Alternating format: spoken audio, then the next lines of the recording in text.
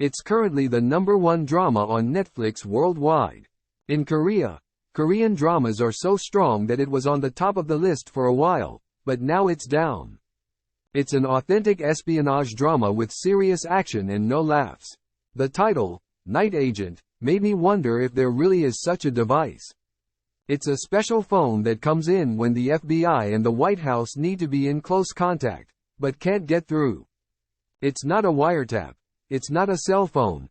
It's a special number that never rings on a normal day. It's a pretty amazing project that you have to say a password to get through to them. The main character, Peter Sutherland Gabriel Basso, is the agent who stands guard at night in front of that phone. He's there because he was involved in a very serendipitous event. He's traveling on the train, and his kindness is so ingrained in him that he gives up his seat to a child when he gets on. As you stand and look around, you notice a man getting off the train with a hidden bag. He searches the bag and finds a bomb inside, and immediately stops the train to let people off. In the process, Peter is injured, but luckily it's not too bad. As he gives up his seat, he jokes that his doctor told him to do one good deed a day. It's safe to say that Peter rarely gets a call, as he's only available at night. The only time he gets a call is in an emergency, so he spends most of his nights on the phone doing other things. Then one day, out of the blue, his phone rings, and he thinks it's crazy, so he picks it up and the person on the other end says, "Hey, it's me." It was someone who said a password and tried to move on, but couldn't go any further. The caller is Rose Larkin Lucian Buchanan, and her aunt and uncle who were with her were murdered. They were very normal people, but suddenly their demeanor changed and they told her to hide and gave her a number. They took refuge in a nearby house, but the killers came to that house, but luckily they hid well and stayed there until the police came. They were able to do so because Peter was on the phone, giving them instructions and helping them hide. When the White House finds out, they tell Peter to go and get Rose because it's not safe for her to be with the police.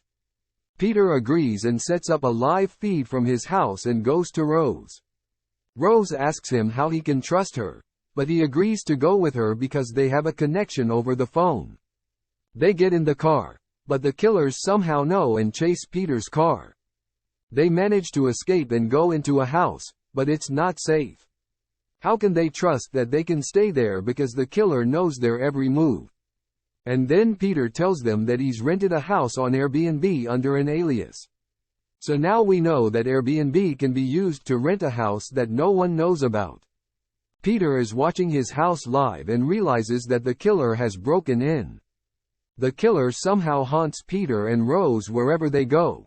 This is obviously the same story as having an enemy within, so from now on you can't trust anyone.